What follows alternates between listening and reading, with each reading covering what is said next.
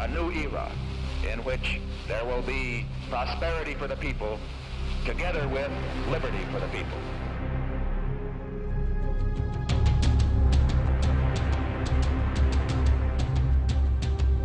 The question is, why are we supporting El Salvador? No, the question was, why are we killing priests in El Salvador? The answer is we're not. Now you be quiet. President Cristiani is trying to do a job for democracy, and the left-wing guerrillas must not take over El Salvador.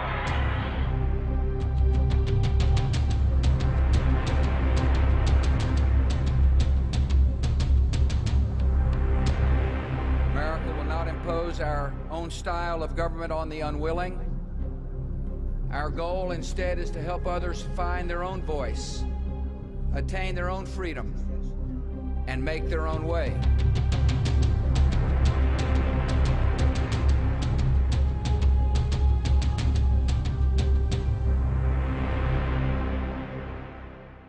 This film is about the struggle of people to free themselves from a modern form of slavery. Richard Nixon, President of the United States, once said of Latin America, "People don't give a shit about the place." He was wrong. The grand design of the United States as a modern empire was drawn on the hopes of an entire continent known contemptuously as the backyard. The extraordinary witnesses in this film describe a world not as American presidents like to see it, as useful or expendable. They describe the power of courage and humanity among people with next to nothing.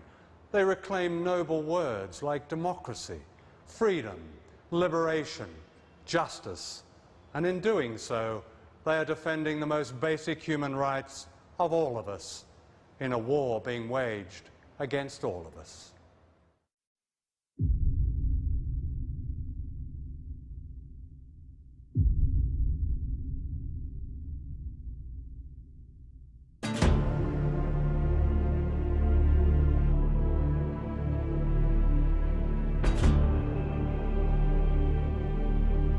This is Caracas, capital of Venezuela, one of the richest countries in Latin America, thanks to huge deposits of oil. The rich in Venezuela live in leafy suburbs with names like Country Club. Their spiritual homes are Miami and Washington.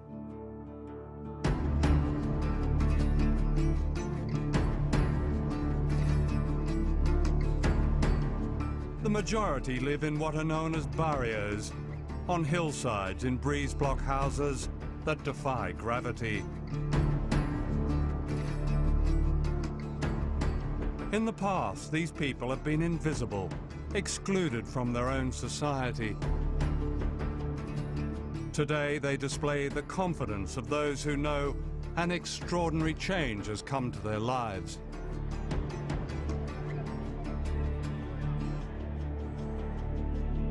This is Hugo Chávez, President of Venezuela, the voice of the barrios. Chávez and his supporters have won 10 elections in 8 years.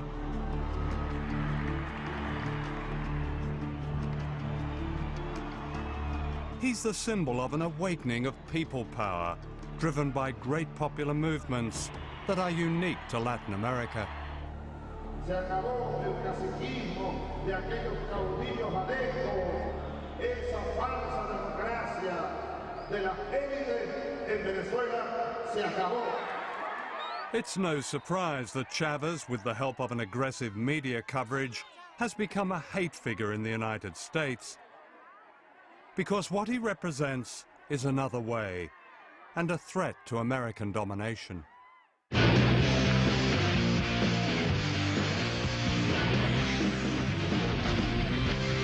All right, now, Hugo Chávez, the criminal, speaking of criminal, government of Venezuela, offering... The criminal? The criminal. It's a criminal government. In my opinion, and the opinion of a lot of people in our government, Hugo Chávez represents an extreme threat not only to our nation, but to our hemisphere. He should have been killed a long time ago. By whom? And anyone who believes other... By anyone. ¿No hay café por ahí? Absolutely. Do you want a cup of coffee? Yes, yes. Era una de mis lecciones de inglés de secundaria. Do you want a cup of coffee? Do you want a glass of milk? Do you want a glass of water? English lesson 1. Let me ask about you personally. I mean, traveling with you for the last couple of days, I've seen a man who's clearly deeply committed to what you want for the Venezuelan people. Could you describe where that came from? Yo nací en un hogar muy pobre, de campesinos, ¿no? Y me tocó vivir la pobreza. Yo fui un niño pobre, de pie descalzo. Mi padre maestro de escuelas rurales, mi madre también. Una abuela hermosa, india, que me llenó de amor. Mi abuela me enseñó mucho y aprendí de ella la solidaridad con los demás, el compartir el pan, aun cuando poco con el otro. Entonces me fui al ejército, a la academia militar, me hice soldado y ahí me conseguí con Bolívar. Empecé a dar cuenta de la verdad. Simon Bolivar is venerated in Latin America as the liberator from Spanish colonialism. Bolivar believed that freedom only came when people united against all invaders, no matter their disguise.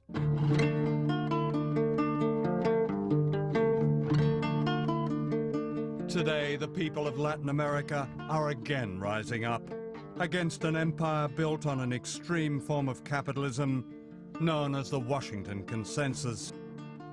Whole countries have been privatized, put up for sale, their natural wealth sold to foreign companies for peanuts.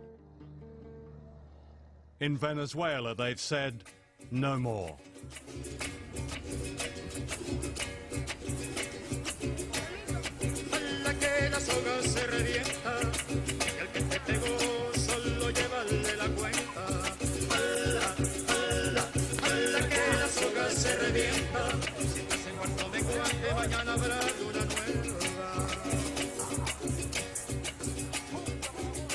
This is La Vega, a barrio of 1 million people. Mariela Machado has lived here most of her life.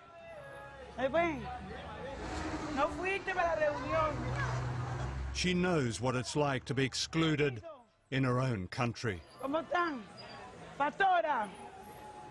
Mire, yo tengo un hecho muy concreto. En los mapas, todos estos cerros, las casas que tienen allí, desaparecían áreas verdes. Así aparecíamos áreas verdes antes del gobierno de Chávez.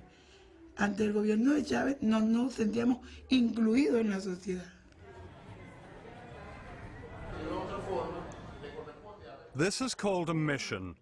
It's a kind of parallel government designed to bypass the old bureaucracy and deliver real benefits to ordinary people. This is raw democracy, a triumph of the grassroots. Today they're discussing the dream of owning their own homes for the first time. Nosotros no queremos título por tener título. Uno de los objetivos de ser propiedad de la tierra, más que el título, es tener la propiedad para urbanizar, para tener los mismos derechos que por muchos años hemos sido negados. Eso es lo más importante. Si nosotros, de que el que reciba el título, no, ya yo estoy listo y me voy, y no venga a la asamblea parroquial, porque después del título hay otras cosas mejores, es la urbanización de nuestros barrios.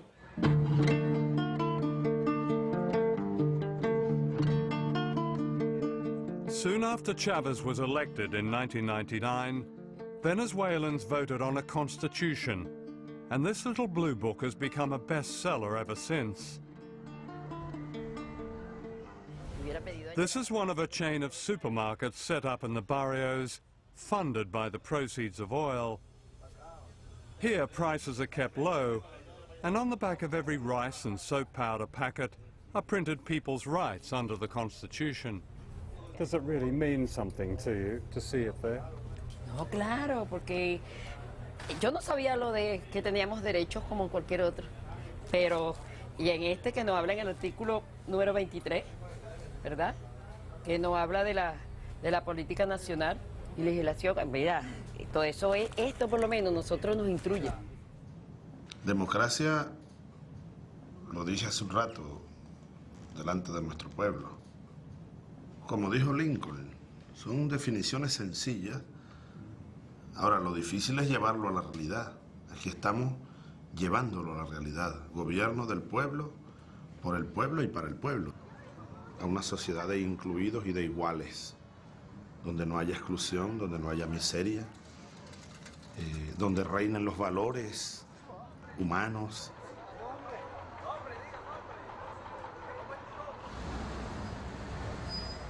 For some of his supporters, Chávez has not gone far enough. Familiar obstacles remain from the past, a stifling bureaucracy and widespread corruption. And although poverty has fallen dramatically in recent years, it's far from eradicated. When you drive in from the airport at Caracas, the one thing that shocks a first-time visitor are the barrios, the numbers of poor people. Why is it in Venezuela, which earns so many billions of dollars in oil money, that there still is this poverty in spite of all the changes you've made? ¿Que los pobres de Venezuela siguen siendo pobres? Sí. Yo siempre les digo, no queremos ser ricos. Nuestro objetivo no es la riqueza material. Es vivir dignamente, claro, salir de la pobreza y salir de la miseria sobre todo. Y vivir dignamente. Ese es el objetivo. No convertirnos en millonarios, el American Way of Life. No, esa es una imbecilidad. Eso te lo digo un poco porque el tema de la pobreza es un tema al que somos muy sensibles y es el que nos lleva la mayor parte de nuestra lucha de todos los días.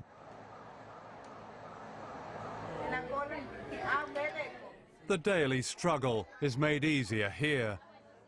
10 years ago, this clinic would not have been dreamed of. Now, all over Venezuela, ordinary people have free health care, many seeing a doctor for the first time in their lives. Están haciendo un documental sobre Venezuela. Perdona la interrupción.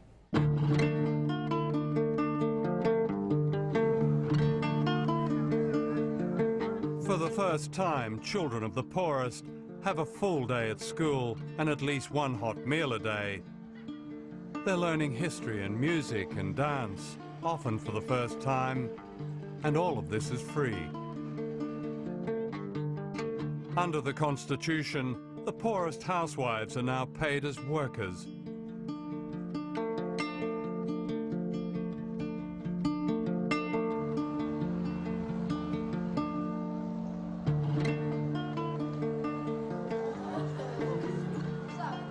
Desde el mismo nivel y vamos todos, nos preocupamos del compañero que... There is now close to full literacy thanks to classes like this, catering to those like Mavis Mendez, aged 95, now reading and writing for the first time. Significa mucho para nosotros. Yo lo único que lamento es que no esté más joven para seguir aprendiendo mucho más. Porque nunca habíamos tenido un gobierno que se preocupara por la gente pobre, pues. O que nos enseñaran a leer, a escribir, nada de eso. Pienso que nunca es tarde para superarse uno.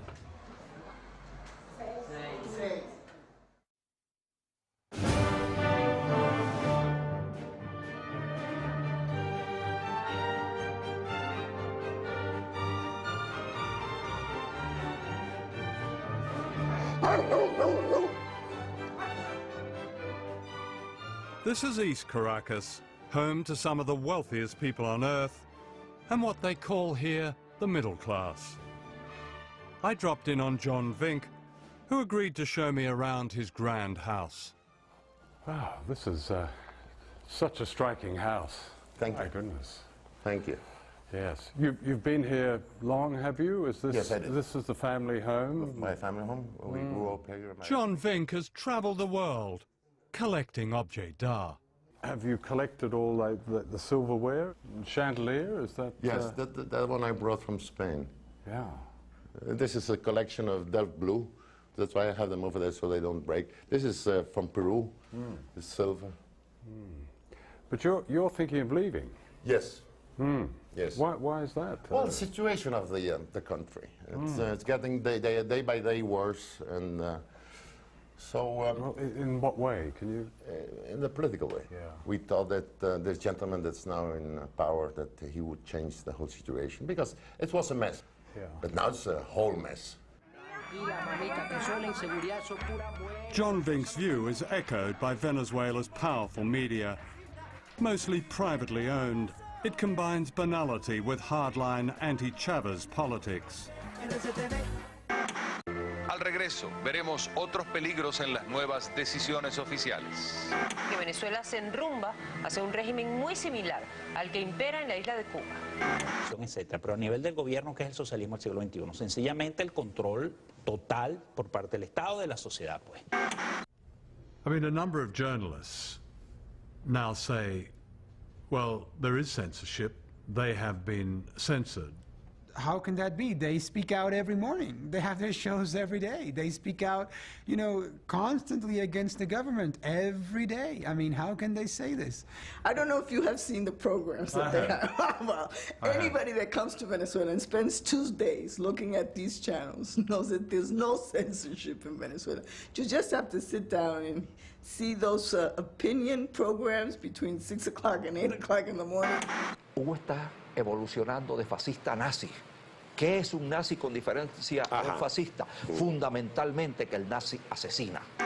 I mean, I don't think in any part of the world you hear the things that they say about President Chávez, about his cabinet, his ministers, the governors, the policies, whatever. I mean, it's even obscene in some ways. It seems to me that everything, including the weather, is being blamed on Mr. Chávez. Nobody blames Mr. Chávez for the weather because it's the only thing left which still works, okay? All the other thing fell apart entirely. We're talking here 1914, Bolshevik revolution, Russia. This is what's taking place here. And if you go now... Wait a minute. Look, we're sitting here in your wonderful apartment overlooking Caracas. In Venezuela, you say, es su casa. This is your home. And if you're comparing this with the Bolshevik Revolution, there are no revolutionaries banging on your door, and none of your companies have been invaded. Your good life hasn't really changed. It hasn't changed, has it? Yeah, but as I said before, it is now on a wait-and-see position. If I had come today on a 2-year contract, as I did in 1976, I would fulfill my contract, pack my luggage and go, because I don't see any more future. His critics accuse Chavez of building another Cuba, of being another Castro. And although he recently announced temporary presidential powers that bypass Parliament, he maintains that his aim is solely to speed up reform. The irony is that, unlike Cuba, capitalism has never had it better here. At the Caracas Motor Show, Ferraris and other luxury cars are sold. Smart restaurants and private golf courses and weekends in Miami are booming. What this class has lost is political power over a huge oil economy. I think Venezuela, because it is an oil economy, its middle and upper classes are very much biased towards the U.S. and the American way of life. In a way, they think they are cosmopolitan. They don't feel that they are from this country or that country. They belong to the world. They belong to this kind of privileged people of the world. Miami? Miami, New York, Paris. We adore Miami. Miami is our second home. We discovered Miami because Miami formerly was, you know, it was a village. We were so rich, you know, we went to Miami and we bought houses, apartments, bungalows, boats, cars, everything we bought in Miami. We were the owners of Miami. And so we are very US-minded. In the old Venezuela, the United States played the part of a mafia godfather. The deal was simple. For supplying endless cheap oil, the Venezuelan rich kept a large slice of the profits. The election of Hugo Chávez ended the deal. Obviously, Venezuela is important because they're the third largest supplier of petroleum. I would say that Mr. Chávez, and the State Department may say this, probably doesn't have the interests of the United States at heart. We have been concerned with some of the actions of Venezuelan President Chávez and his understanding of what a democratic system is all about. Te digo que tratamos aquí de evitar el choque con el imperio, pero era inevitable. Yo fui a Casablanca, le di la mano a Clinton, hasta por teléfono. How are you, Mr. Clinton? How are you, Mr. Chávez? Es decir, nosotros aquí tratamos lo imposible. Hacer una revolución sin chocar con el imperio, imposible.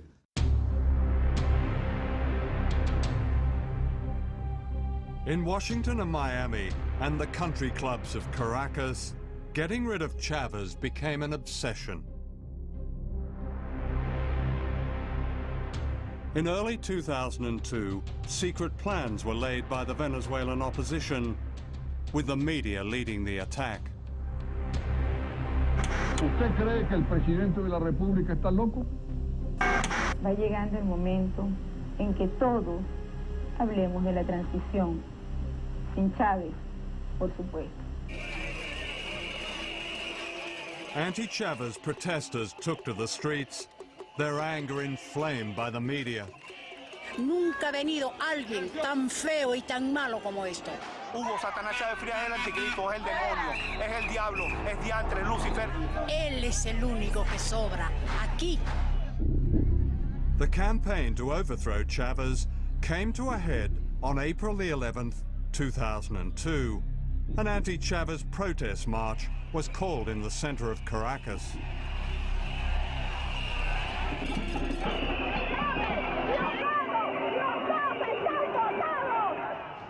What they didn't know was that there were two marches that day. The other one was led by Chávez supporters outside the presidential palace, known as Miraflores. The two rallies were supposed to be kept apart, but then an extraordinary series of events unfolded. Without warning, the opposition marchers were redirected to the presidential palace by one of the organizers. Y él les dice, bueno, vamos hacia el palacio, vamos a desviar la marcha hacia el palacio de Miraflores. People tried to stop the march from changing course, but the organizer was having none of it.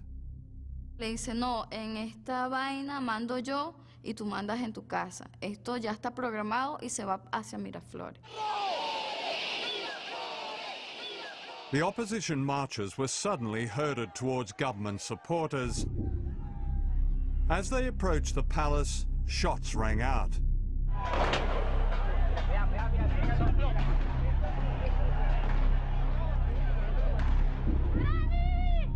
They were being fired upon by snipers who shot them one by one, many with a bullet to the head.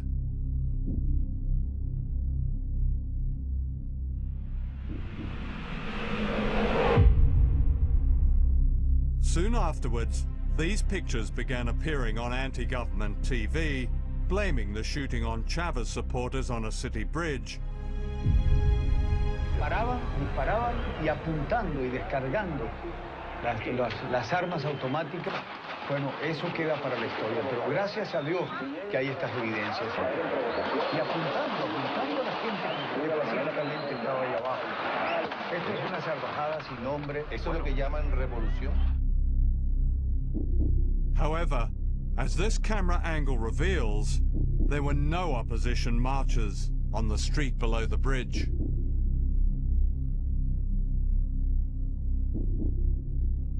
What the TV pictures did not show was this. The people on the bridge are clearly trying to protect themselves, crouching down to avoid the bullets of unknown snipers above them and anti-Chavez police units below them. The people on the bridge were actually defending themselves. Entonces era como una zona de combate, de control, y que ellos actuaron bien planificado, estaba súper planificado todo eso. Within hours, these military chiefs appeared on television. They too blamed Chavez and his supporters for the killings. Venezolanos, el presidente de la República ha traicionado la confianza de su pueblo. Está masacrando a personas inocentes con francotiradores. Para este momento van 6 muertos y decenas de heridos en Caracas. Esto no lo podemos permitir. No podemos aceptar un tirano en la República de Venezuela. It was all a setup. The CNN correspondent in Caracas, Otto Neustald, later revealed that the generals had recorded their statement before the shooting. El día 10 en la noche me llaman por teléfono y me dicen la marcha se va hacia el Palacio de Miraflores, va a haber unos muertos y aparecen 20 militares de alto rango pronunciándose en contra del gobierno de Chávez y pidiendo la renuncia al presidente. En esa prueba ya se habla de muertos cuando todavía no había un solo muerto en la calle y todo sigue como estaba programado. Soon the presidential palace was surrounded by renegade army officers. Inside, Hugo Chávez was delivered an ultimatum: resign or be bombed. One of his cabinet ministers broke the news. Políticamente, que quede en evidencia que esto fue un golpe de Estado. No es que él renunció, pero el presidente no renunció. Okay. No renunció y entonces va preso, porque es un golpe de Estado. Okay. ¿Qué? Que lo sepa el mundo. Que lo sepa el mundo.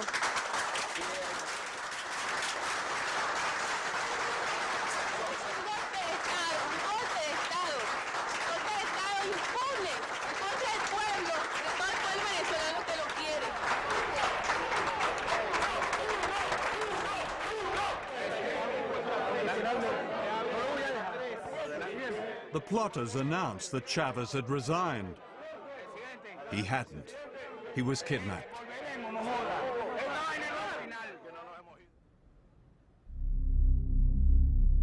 The following morning, an unelected dictator was sworn in. He was a leading businessman called Pedro Carmona.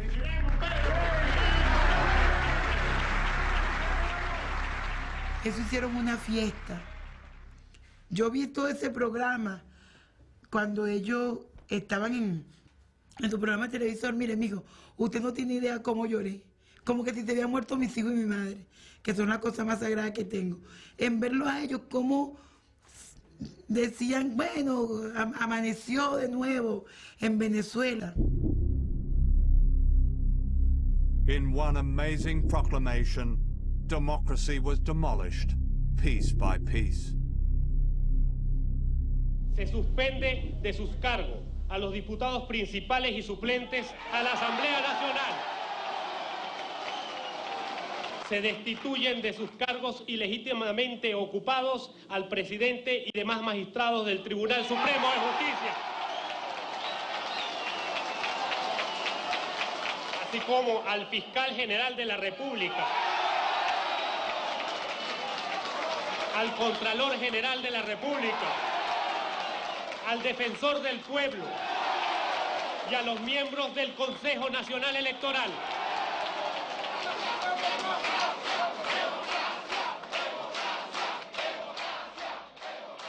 Usted no tiene idea de lo que ese decreto nos hizo.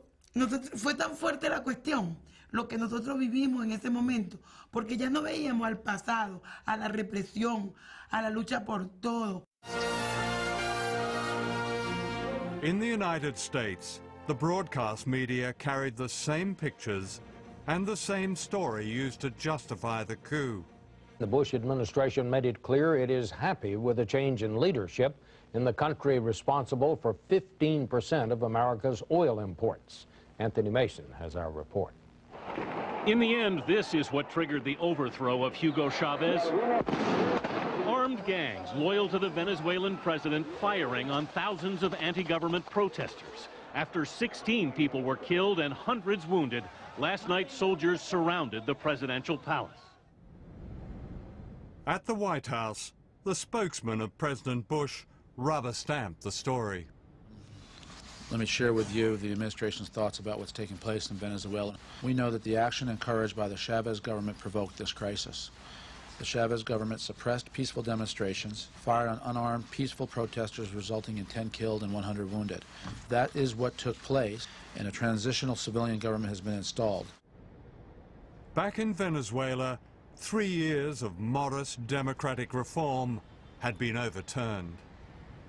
Afortunadamente tenemos una gran arma, que son los medios de comunicación. Si ustedes, el pueblo venezolano vio hoy, el ejército ni la Fuerza Armada hizo un disparo. Todo esto fue nuestras armas fueron los medios de comunicación. The plotters and their friends had everything to celebrate, or so they thought.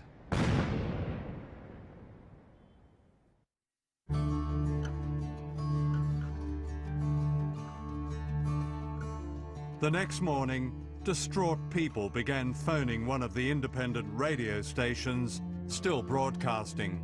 Que tanto nos ha costado a los venezolanos. Me duele el alma por mi hijo, por mi hija, por los nietos, por toda esta juventud que va a quedar a la deriva de nuevo, en las manos de los adecos y los copellanos corruptos que llevaron a este país al caos total, sin moral. Se fue la esperanza de un pueblo, se fue la Constitución, se fue la democracia, se fue la esperanza de los niños. But hope had not gone. The truth began to emerge that the resignation of Hugo Chávez had been faked. His wife, Maria, confirmed this in a call to the radio station. Me dijo, aún después de muerto, quiero que logres que los organismos internacionales le hagan una prueba de grafología a esa firma, si es que existe, porque yo nunca firmé eso. And the people in the barrios started to fight back. Down from the shanties they came to rescue their president. The farther you take my rights away, the faster I will run. You can deny me, you can decide to turn your face away. Queremos a Chávez. Chávez es el presidente de Venezuela y el pueblo lo ama y lo vamos a defender. No matter, 'cause there's something inside so strong. I know that I can make it, though you're doing me wrong, so wrong. You thought that my pride was gone. Oh no, something inside so strong. Hundreds of thousands surrounded the palace, demanding the return of Chávez. Faced by such people power, the army turned. Es que, desde el punto de vista militar, toda la Fuerza Armada, el 98% de la Fuerza Armada en todo el país, ha reafirmado, ha reiterado su lealtad a la Constitución vigente en Venezuela, a la Constitución de la República Bolivariana de Venezuela.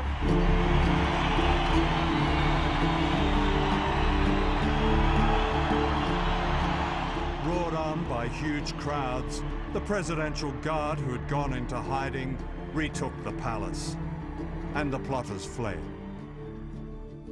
Los muchachos, los policías militares que estaban dentro de Miraflores, empezaron a levantar la bandera. Eso también nos dio más fuerza todavía a que no estábamos solos. Y ahí nos quedamos hasta que empezó a venir un helicóptero. Venía un helicóptero a medianoche que llegó a Miraflores y ahí sabíamos que venía Chávez. Eso fueron una hora de gloria para nosotros en vez que llegaba.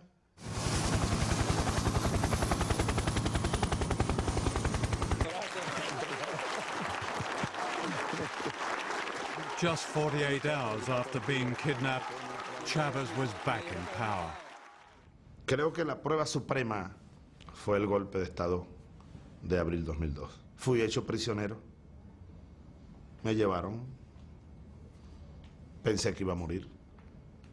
Ahora el pueblo venezolano, los pobres, sin armas, se fueron por cientos de miles a las calles, por millones, a pedir por mi vida y a pedir que vuelva Chávez. Entonces a mí no me queda más nada, después de eso sobre todo, que dedicarle todo lo que me quede de vida a ese pueblo, sobre todo a los más necesitados, sobre todo a los más pobres. As ordinary Venezuelans celebrated the defense of their democracy, some of the leading plotters fled to Miami, and within days it was clear that Washington had cast its shadow over the failed coup. The Bush administration had gone along with the lies of the plotters.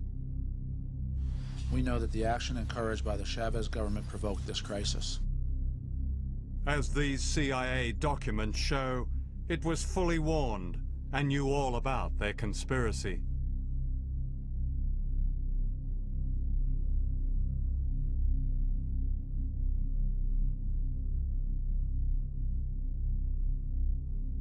Washington claims that it warned Chavez about the coup. This is denied by the Venezuelan government. Washington not only knew what was going on, it was backing and funding the coup indirectly. Documents recently released show that the Bush administration channeled millions of dollars to the Venezuelan opposition in the months leading up to the coup. The money was handed out by its principal aid agency, USAID, and an organization called the National Endowment for Democracy. During the 6-month period prior to the coup in April 2002, the U.S. government invested more than $2 million into financing these organizations that they knew at least 6 months before were planning to overthrow the government. You're essentially saying post hoc ergo propter hoc, because it happened after post hoc. I don't think our viewers will understand that. If you could translate that. Just because it happened after we provided support to these groups doesn't mean that it happened because we provided support to these groups. Yeah. It is a logical fallacy. Right. We would be very open and transparent about what kind of support we provided through the National Endowment for Democracy and other institutions. In fact, the National Endowment for Democracy handed out money to groups whose leaders were given cabinet positions in the short-lived illegal regime. An official in Washington explained that this was merely part of President Bush's freedom agenda. But I want to just be very explicit about this, because there is, I think it's very important, and it's in the interest of fairness, to understand that the United States did not support that coup. President Bush has promised to rid the world of evil and to lead the great mission to build free societies on every continent. To understand such an epic lie is to understand history, hidden history, suppressed history, history that explains why we in the West know a lot about the crimes of others, but almost nothing about our own. The missing word is empire. The existence of an American empire is rarely acknowledged, or it's smothered in displays of jingoism that celebrate war, and an arrogance that says no country has a right to go its own way unless that way coincides with the interests of the United States. For empires have nothing to do with freedom. They're vicious. They're about conquest and theft and control and secrets. Since 1945, the United States has attempted to overthrow 50 governments, many of them democracies. In the process, 30 countries have been attacked and bombed, causing the loss of countless lives. In my lifetime, the following countries in Latin America have been assaulted by the United States, directly and indirectly. Their governments replaced by dictators and other pro-Washington leaders. One of the first to be attacked was Guatemala, one of the small countries of Central America, known dismissively as banana republics.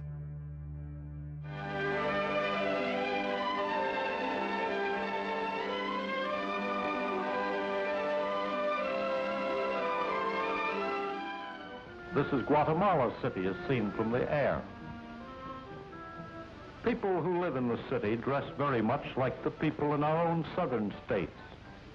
There are many churches and people go to church regularly. They speak Spanish, of course, as most of them are of Spanish descent. In fact, most of the people of Guatemala are not of Spanish descent. They're indigenous Mayan people and very poor. In the 1950s, 2% of the population of Guatemala controlled the natural wealth in collusion with giant US corporations like the United Fruit Company, which dominated banana growing. On the board of United Fruit was John Foster Dulles, who happened to be US Secretary of State. His brother Alan happened to run the CIA. Both were Christian fundamentalists who regarded any opposition as the work of communism and the devil.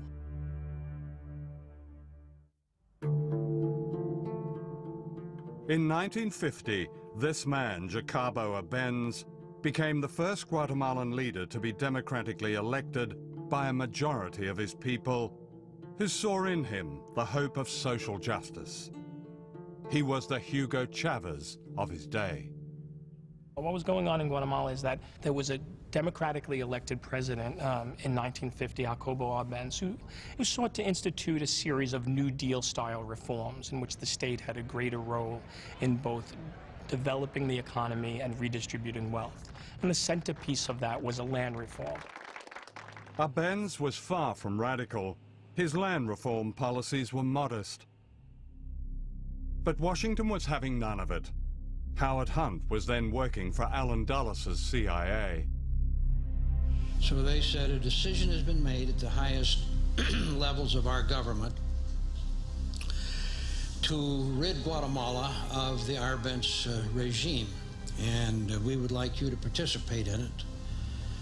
You will be the chief of propaganda and political action.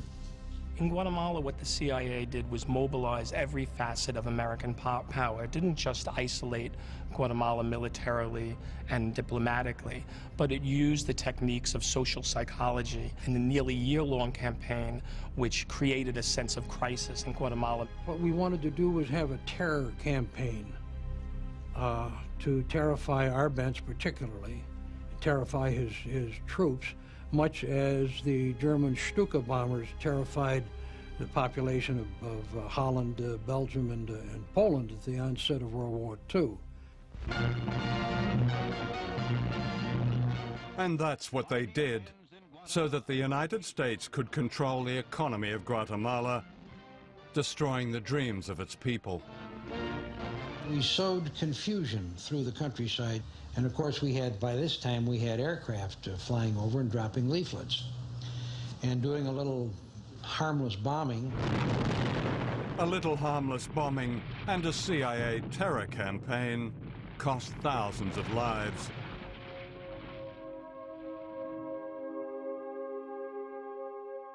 Arbenz, the Democrat now branded a communist, was humiliated, stripped naked, and photographed before being forced into exile.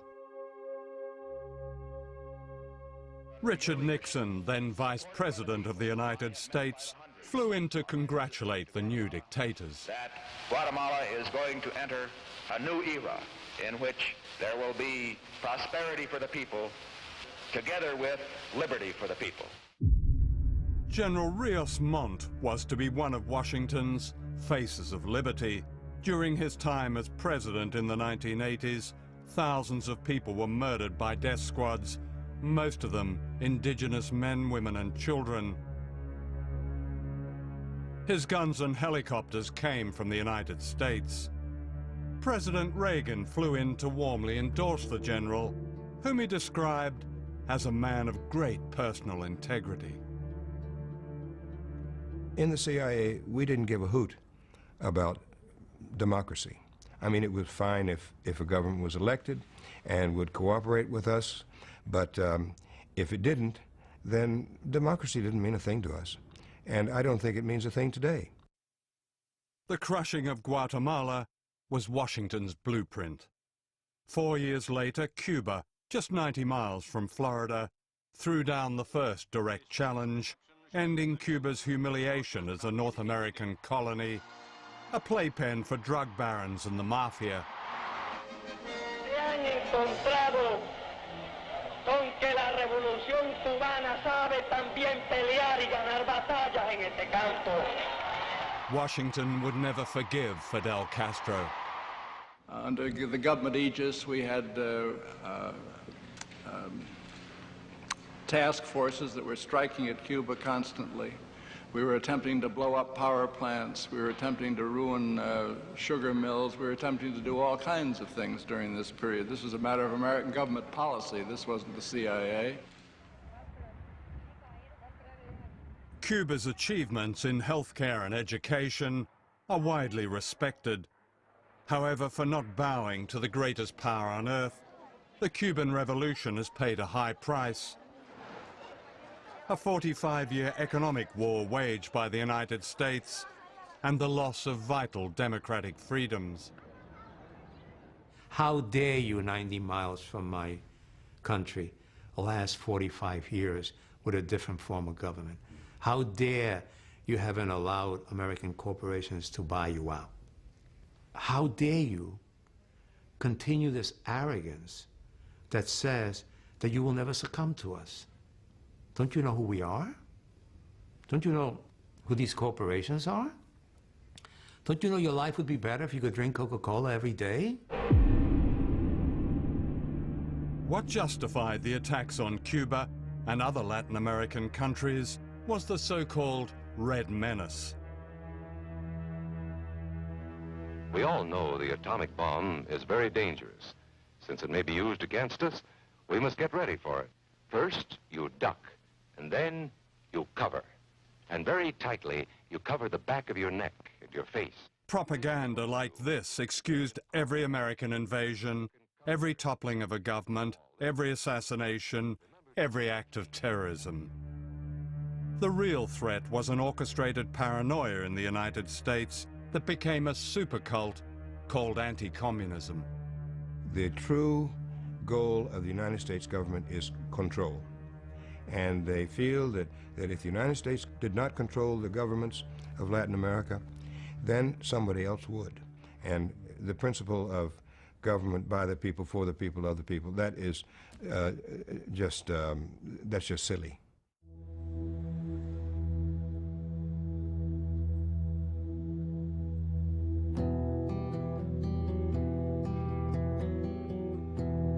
This is Santiago, the capital of Chile. In 1973, the National Stadium was turned into a concentration camp as a military coup, backed by the United States, overthrew the democratically elected government of Salvador Allende.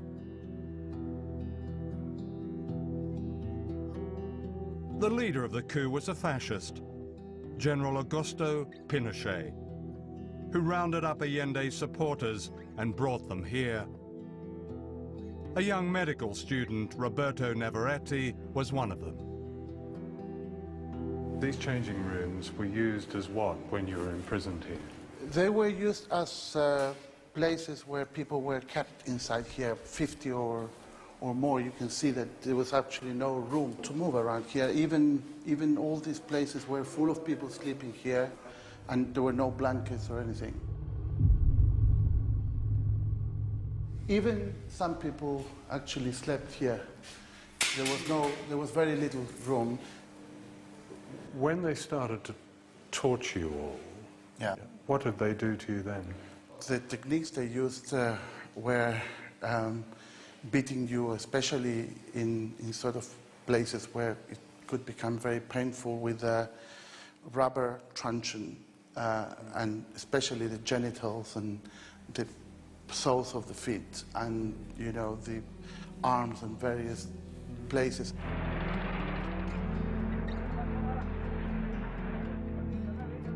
Over 2,000 people were confined here, many of them never to be seen again.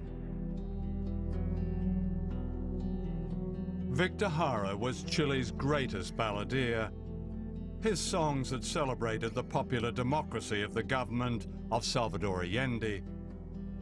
He was taken to the stadium, where he was a source of strength for his fellow prisoners, singing for them until soldiers beat him to the ground and smashed his hands. In his last poem, smuggled out of the stadium, he wrote, "What horror the face of fascism creates. They carry out their plans with knife-like precision. For them, blood equals medals. How hard it is to sing when I must sing of horror, in which silence and screams are the end of my song." After 2 days, they killed him. How old were you? I was 18. 18? Yeah. Oh. Does the fear that you experienced then, is that something that imprints itself on the rest of your life? Yes, but we felt it was part of what we were trying to build in this country. What they were trying to build was a just, equitable democracy that took control of Chile's economy from the United States and its proxies. For the invisible people of Latin America, Chile under Allende became an inspiration. In Washington, President Nixon secretly plotted to destroy the Chilean economy. "We're going to make the economy scream," said Nixon. In Santiago, General Pinochet, America's man, sent in his British-made bombers against the presidential palace. It was September the 11th, 1973, a date that held an infamy and irony 28 years later. My wife and our children were at the house, and they had a marvelous view of these planes winging over and then dipping down and sending their bombs into the Moneda. From inside the palace, Allende refused to leave, true to his promise not to surrender the government for which the ordinary people of Chile had voted. He broadcast this last message, then he shot himself. Trabajadores de mi patria, tengo fe en Chile y su destino. Sigan ustedes sabiendo que mucho más temprano que tarde, de nuevo, abrirán las grandes alamedas por donde pase el hombre libre para construir una sociedad mejor. ¡Viva Chile! ¡Viva el pueblo! ¡Vivan los trabajadores!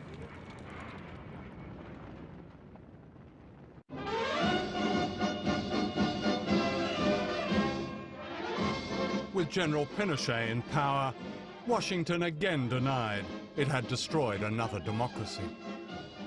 We had no contact with any of the people that carried out the military coup, and therefore the coup that overthrew Allende was done without contact with the United States. A very different story is told by these secret documents. In October 1970, the CIA cabled its man in Chile. It is firm and continuing policy that Allende be overthrown by a coup. When that happened 3 years later, a US official cabled back to Washington. Chile's coup d'etat was close to perfect. Fascism is a word that's often misused, but you've experienced it, the real thing. Yeah, I think so. I think When did you realize that you were ensnarled by fascism? When did it manifest itself? I think it was evident from the very beginning, the ferocity, the sheer brute force that they use, the disregard for any kind of human dignity. I mean, their aim was really to make you into a thing in I think in order to protect themselves, because if they made you into a Sikh, then they didn't have to have human feelings towards you. They dehumanized you from the very beginning. Once again, a Latin American elite was delighted to be rescued by fascism. A country has to be well set, has to be well run, well worked, and see that everyone does the work. Because if they don't, then that country goes to the dogs. And this is the one man that's been able to hold them. I don't believe there's any torturing done in this country. Because you understand one thing. Why torture somebody when you can shoot them?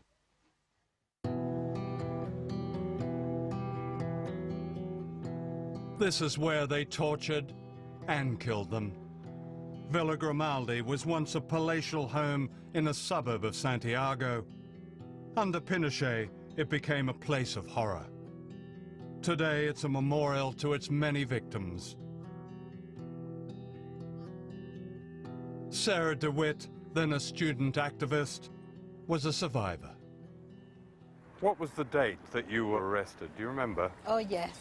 I was picked up on the 3rd of April, 1975, 7 o'clock, on the dot. So the junta had been in power for about 18 months.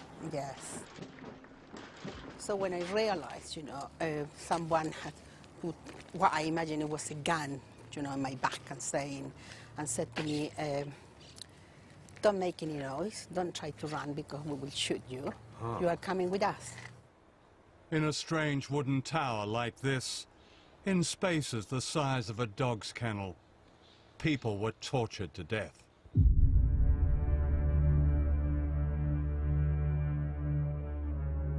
They took me to this room. They were punching me, hitting me, grabbing my nipples, telling me that I was a whore.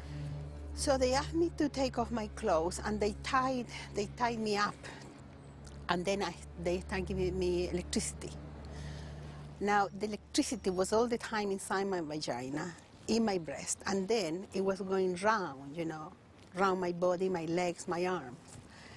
And, well, they did that, They would stop asking me questions, and then touching me everywhere, and shouting, abusing. And then they would go, they continue with electricity.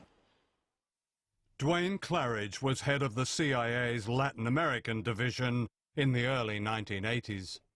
Chile, the only reason it exists is because of Pinochet. At a huge human price. What human price? Give me a break. The thousands who were disappeared and murdered? Thousands?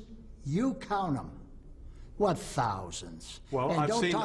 talk to me about truth commissions. I've seen their names in the cemetery in Santiago. Yeah, you're saying... Yeah, you're saying they're thousands. fakes? There aren't thousands. Well... There aren't thousands, sir.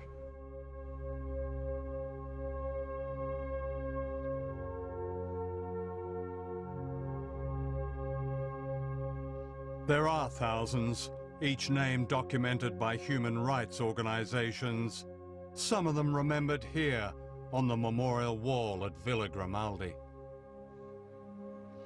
You have a couple of friends there, like Jacqueline? Yes, I have friends, mainly people from my training. There is a girl there, Jacqueline Drugy, another one, Cecilia Labrin. She was pregnant, Cecilia, 3 months pregnant when they took her. They took another woman, Elizabeth Recas. She was 7 months pregnant. She went missing as well. Doesn't bear thinking about, does it? No, because sometimes, I think about what were they feeling, when they were being killed, and why, and well, sometimes I think too much and I start feeling, like the pain. What do you feel when you are being killed? And in such a way that I find it, I find frightening, really. Yeah. Because you wish, that you could have done something for them. Such the isolation, you must feel totally, I don't know, what do you think, really? Alone. Yeah, very, very much alone.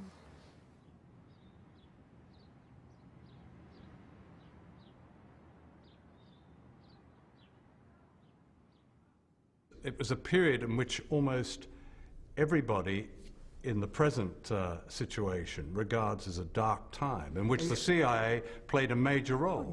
That's right. They played a major role in overthrowing, what's his name? What's his name was Salvador Allende. Yeah, fine. Okay. He was democratically elected. Right. Okay. Is that okay to overthrow a democratically elected government? Is it okay? It depends on what your national security interests are. Are you denying that Pinochet caused huge suffering in that country? I don't buy. That he committed crimes, I agree. But it's worth it. Huh? Is that what you're saying? Those crimes are worth it? Yeah. Sometimes, unfortunately, things have to be changed in a rather ugly way. Levántate y mira la montaña, de donde viene el viento, el sol y el agua. Tú que manejas el curso de los ríos. By the late 70s, most of Latin America was controlled by dictators, including those like Pinochet, who were openly fascist. All of them were backed, directly and indirectly, by the United States. They sent their henchmen to be trained here at the School of the Americas in Georgia. Officially, it was described as little more than a Boy Scout camp, teaching American values such as respect for human rights. In fact, from these manuals were taught interrogation and torture techniques. Major Joseph Blair taught at the School of the Americas in the early 1980s. The doctrine that was taught was that if you want information, you use physical abuse, you use false imprisonment, you use threats to family members, you use virtually any method necessary to get what you want. Torture? And killing. Killing? Killing. If there's someone you don't want, you kill them. If you can't get the information you want, if you can't get that person to shut up or stop what they're doing, you simply assassinate them, and you assassinate them with one of your death squads.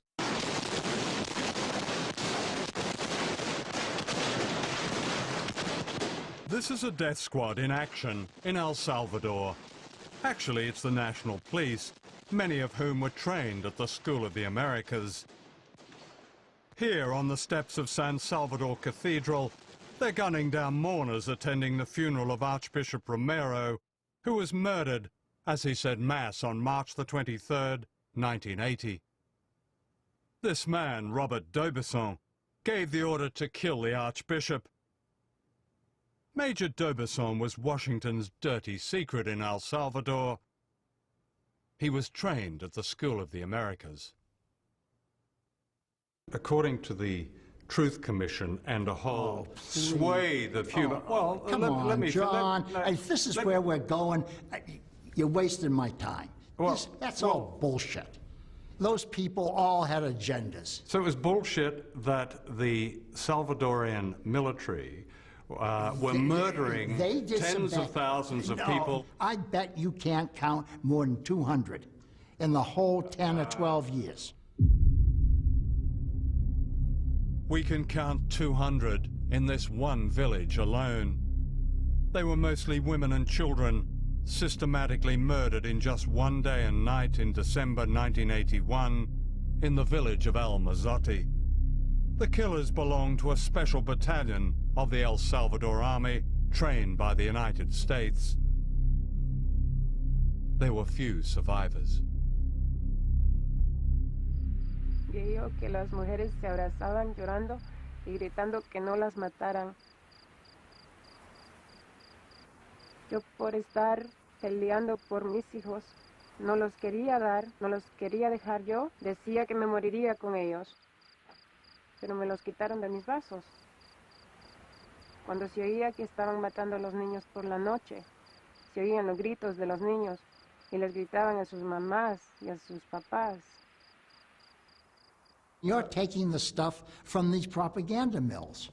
And I'm not interested. What are the propaganda mills? All these things, this truth thing and all that, they're nothing but propaganda mills. Do you really think I didn't know so. Are they all conning us, lying us? Yeah, Amnesty International? Amnesty International's right in the middle of it. During the 1980s, the years of Ronald Reagan in the White House, a trail of carnage and grief was blazed across Central America. I reported America's war against Nicaragua, which had the temerity to overthrow a Washington-backed dictator, Somoza.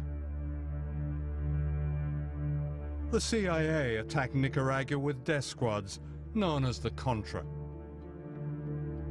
Why did Washington attack such tiny countries? Because the weaker they are, the greater the threat. People who can free themselves against all the odds are sure to inspire others. What right have you, when I mean you, the CIA, the United States government, or any foreign power, what right do you have to do what you do in other countries? What National right? security interests. But that's a divine right, isn't it? Because the people that you do it to have no say in this. Well, that's just tough. We are going to protect ourselves, and we're going to go on protecting ourselves because we end up protecting all of you. And let's not forget that. Right. Right? No, I won't. We'll intervene whenever we decide it's in our national security interest to intervene. And if you don't like it, lump it. Get used to it, world. We're not going to put up with nonsense. And if our interests are threatened, we're going to do it. In Guatemala, the United Nations described the Washington-backed campaign against the Mayan people as genocide. An American Roman Catholic nun, Sister Diana Ortiz, experienced this at first hand as a missionary. In 1989, after speaking out about the brutal treatment of the indigenous people, she was kidnapped. In 1989, November 2nd, I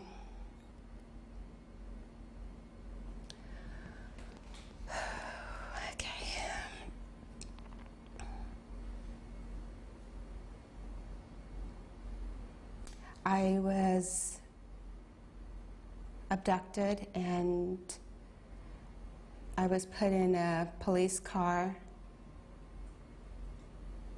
blindfolded, and taken to a military installation in Guatemala City, known as the Polytechnica, which still exists today. I was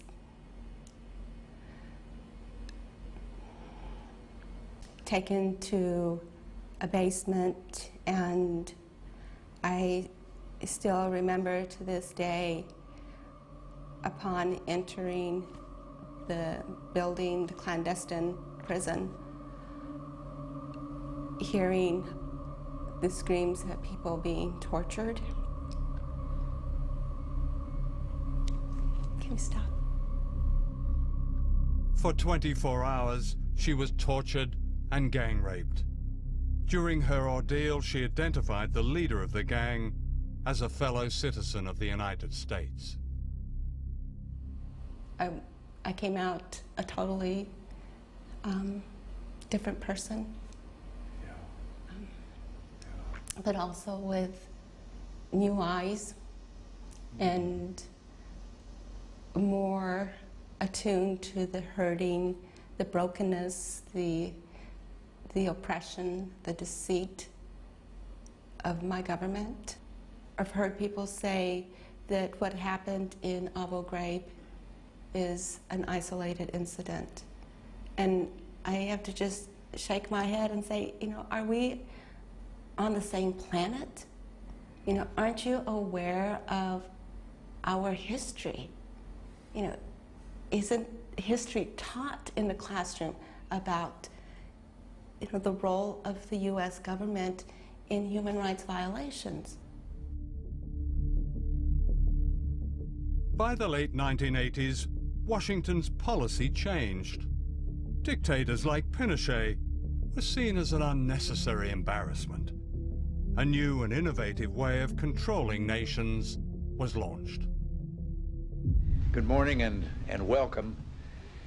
It's good to have you all here to help celebrate the launching of a program with a vision and a noble purpose. The National Endowment for Democracy is, just as we've been told, more than bipartisan. The establishment of the National Endowment goes right to the heart of America's faith in democratic ideals and institutions. It offers hope to people everywhere. Like any new brand, it had a snappy name, democracy. It was largely fake, an illusion of marketing and spin. This brand of democracy meant that whoever you voted for, the policies would be broadly the same, and your country's economy would be in step with the United States. Washington would be your closest friend, or else. In the 1990s, these democracies in name replaced dictatorships in Latin America, with Chile providing the model.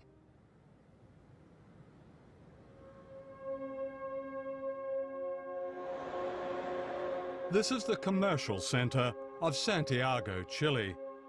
On the surface today, everything seems normal, modern, prosperous. To the Bush administration, Chile is the very model of economic success. A laboratory experiment, according to the magazine Business Week.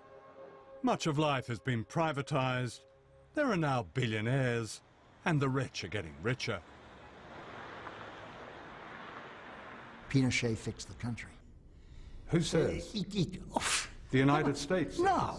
The World Bank says, the Inter-American Bank says, everybody says it. He brought about an economic miracle in Chile. And I'm not saying he had the brains for it, but he had the brains to hire all these people, Chileans, who had studied at the University of Chicago, who knew something about real economics. Real economics were advocated by Milton Friedman, an extreme right-wing economist at the University of Chicago. Friedman was invited to perform his laboratory experiment on the economic life of Chile. The families of the tortured and disappeared were silent witnesses. Without irony, he called his experiment shock treatment. Please be seated. Well, thank you all very much. It's an honor for me to be here to pay tribute to a hero of freedom, Milton Friedman. He has used a brilliant mind to advance a moral vision. We have seen Milton Friedman's ideas at work in Chile, where a group of economists called the Chicago Boys brought inflation under control and laid the groundwork for economic success.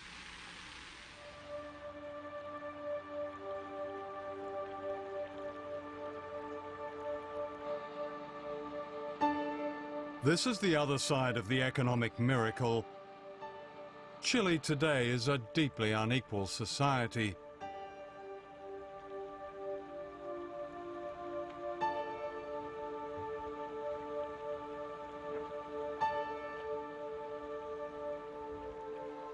This shanty town is just minutes from Santiago's smart hotels. Hay tantos cesantes, hay miles de cesantes, los jóvenes, y el que trabaja no alcanza para nada. ¿Y con qué paga la luz? ¿Con qué paga el agua? Hay que comprar el gas, todas las cosas que hay que comprar.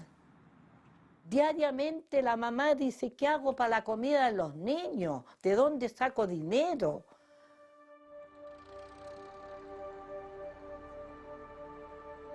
We found this couple living and freezing in the shantytown. They're homeless and have a week-old baby. Si usted puede describir un poco cómo es vivir en estas condiciones. Para empezar, el frío en la noche.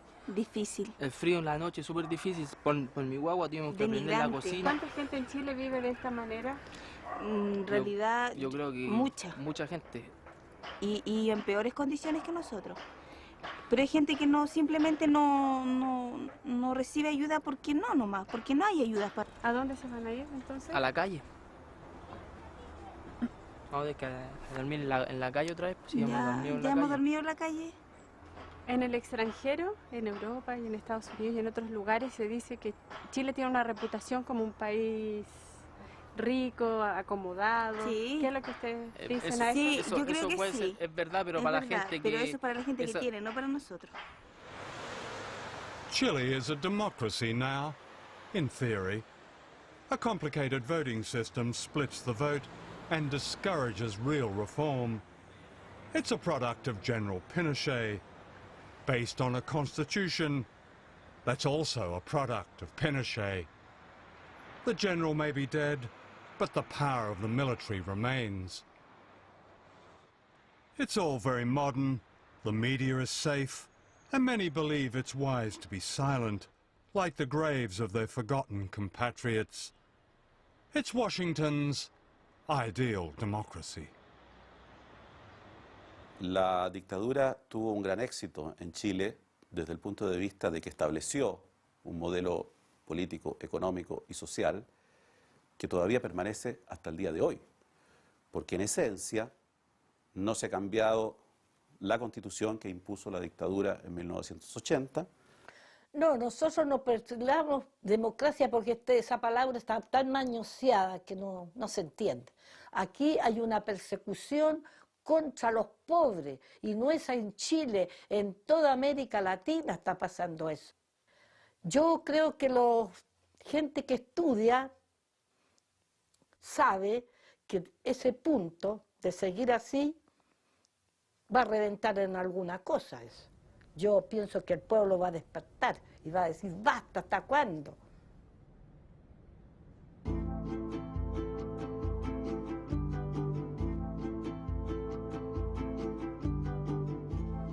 This is Bolivia, another laboratory experiment. The majority of the population of this spectacular, brutalized country, high in the Andes, have also been invisible until recently.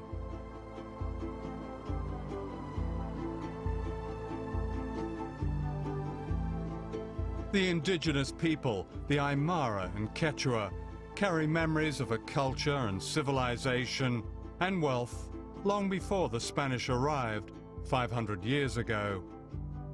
They remember how a single hill of silver underwrote the entire Spanish Empire, while they became the poorest.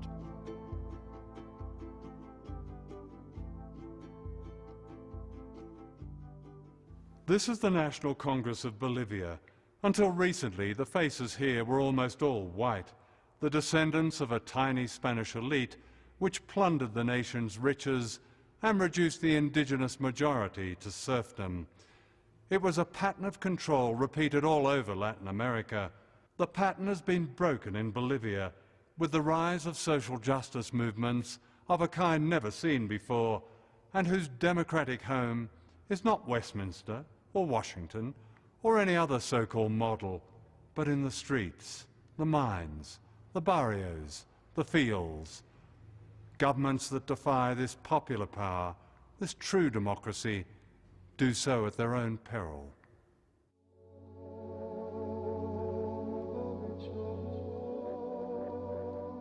This is El Alto, the highest city on earth, and perhaps the poorest.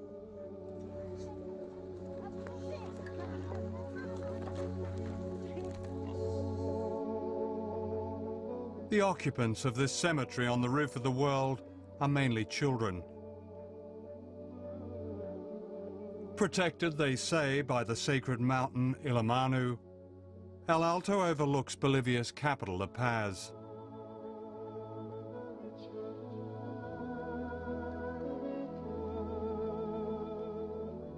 Juan Delfin, a priest and a taxi driver, has lived here for most of his life. Esta es una zona Villa Ingenio, cementerio general de Villa Ingenio, de la zona norte de la ciudad del Alto.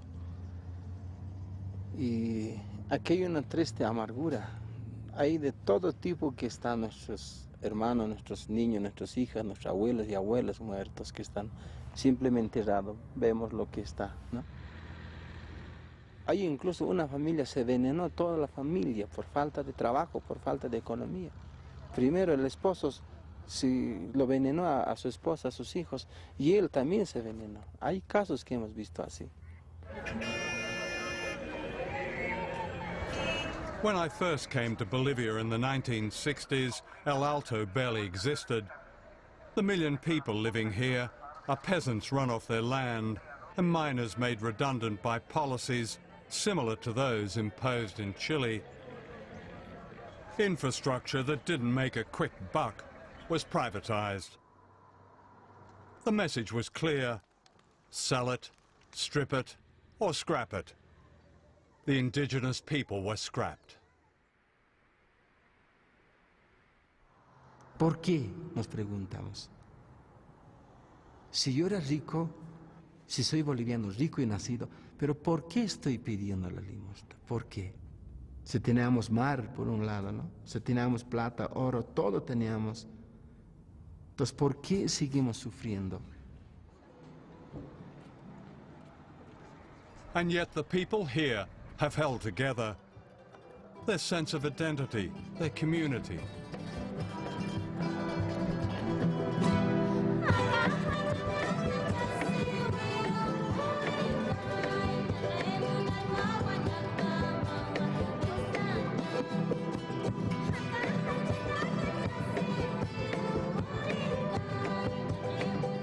In the year 2000, the people of Bolivia's second city, Cochabamba, fought an epic struggle to win back their most basic resource, water, from a foreign consortium dominated by the American corporation Bechtel.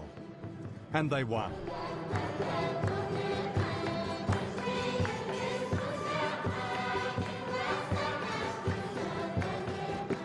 Three years later, in 2003, Bolivia's power brokers were about to get another shock. This is Gonzalo Sanchez de Lozada.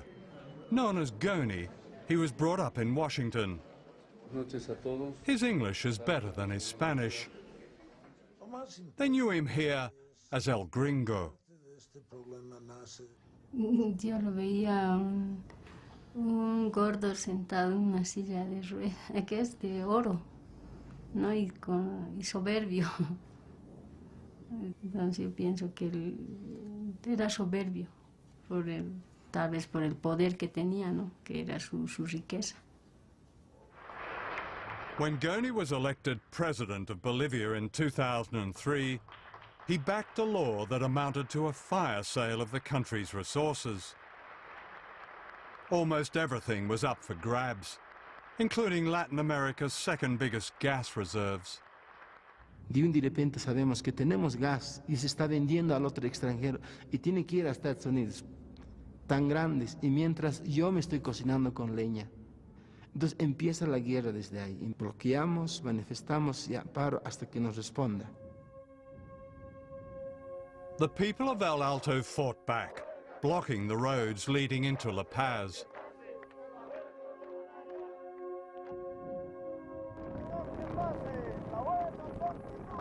Se bloquee, que no se deje, que no vuele una mosca, decían, ¿no?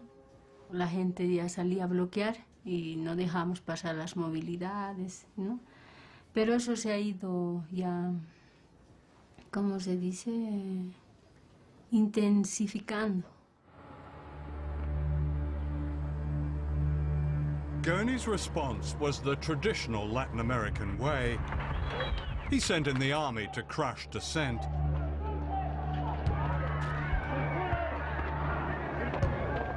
Scores were shot dead.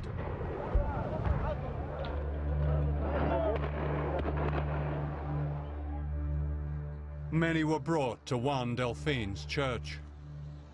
Las mesas han hecho así, y estaba aquí las mesas, y estaba aquí los cadáveres estaban aquí, entonces, y aquí es lo que incluso a los muertos hasta con clavos le sacaron las balas, Las balas las sacaron, le tiraron a otro lado. Y era triste el ver aquí.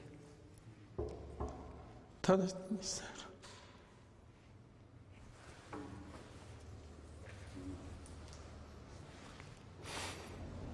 Todo eso era lleno aquí. Puros doctores, estaba lleno, estaba aquí. Ninguna gente, pero el olor era harto. ¿Cómo quedaron huérfanos los aguas? Lloraban ahí, gritaban ahí, papá, papá, papá. Tens of thousands of people poured down into La Paz,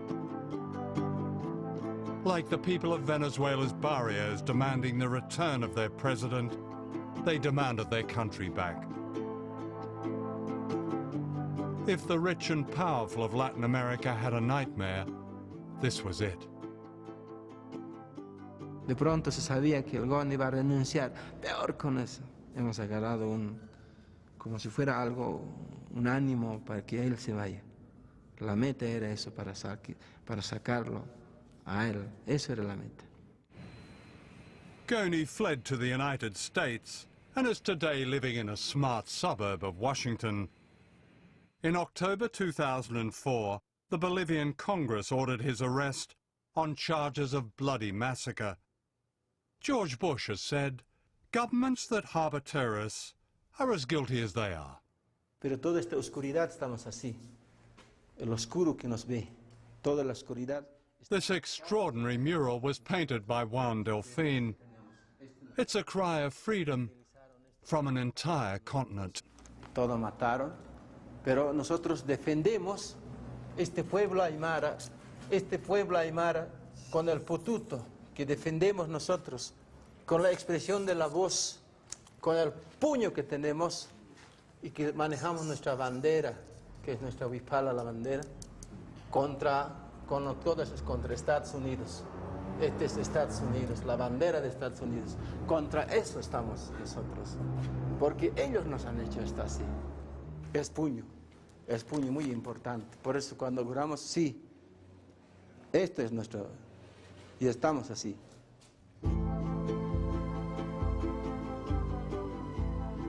In 2005, the people of Bolivia took an historic step. For the first time ever, an indigenous person was voted president in a landslide.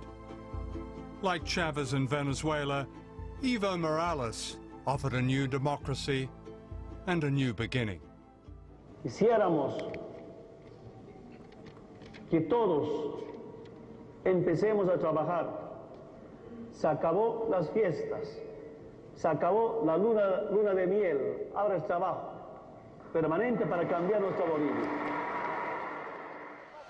Sin duda que está creciendo, se está propagando por todo el continente de América Latina, el Caribe, pero sobre todo en Sudamérica. Yo me la paso recorriendo esta América Latina desde Buenos Aires hasta Brasilia, Montevideo, La Paz, y por todos lados hay un fervor desatado, hay un fervor. In Latin America, there's now a host of leaders offering new beginnings. Of course, history is crowded with heroes who offer new beginnings. The respectability of great power and its games and deals and plunder always beckon. If these new leaders succumb, their biggest threat may not be from Washington, but from the people on the hillsides. I was born by the river in a little tent. Oh, and just like the river I've been running ever since. It's been a long time coming, but I know a change gonna come. Oh, yes it will. It's been too hard living, but I'm afraid to die. 'Cause I don't know what's up there beyond the sky. It's been a long time coming, but I know a change gonna come. Oh, yes it will. El futuro es para mis hijos, para nuestros jóvenes. Y esa lucha no es solamente de Chávez, esa lucha es nuestra. Eso que Chávez abrió, que reconoció nuestras luchas y que nosotros estamos dando con él, lo vamos a seguir dando. O sea, la lucha del imperio no es con Chávez, es con nosotros. Llegó la hora del gran despertar. Y creo que Víctor Hugo, terminemos por ahí, yo soy muy victorugiano. Víctor Hugo escribió aquello: no hay nada tan poderoso como la idea cuya época ha llegado. El imperio americano llegó a su fin y debe imponerse en el mundo, bueno, el imperio de la ley, de la igualdad, de la justicia, de la fraternidad. Muchas gracias, John. Perfecto. I want Muchas to gracias. see you again. What happened here at the National Stadium in Santiago, Chile, has a special place in the struggle for freedom and democracy throughout Latin America and the world.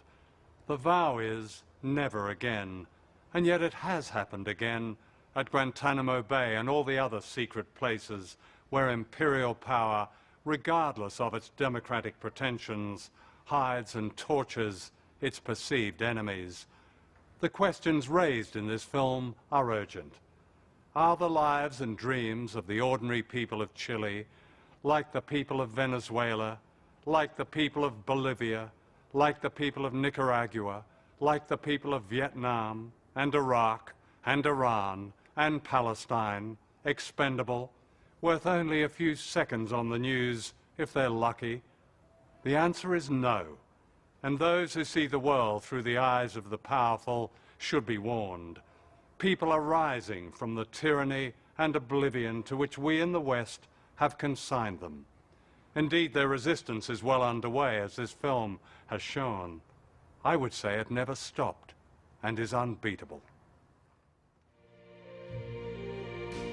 I go to the movie and I go downtown.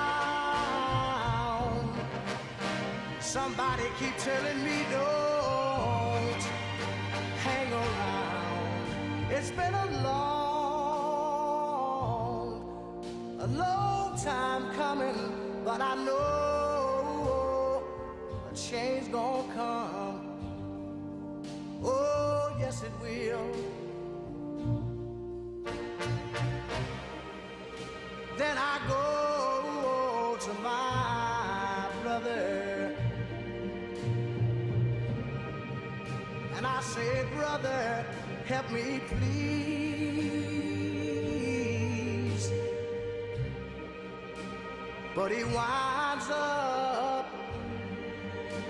knocking me back down on my knees. Lord, there've been times that I thought I could last for long, but now I think I'm able to carry on. It's been a long time coming, but I know a change gonna come.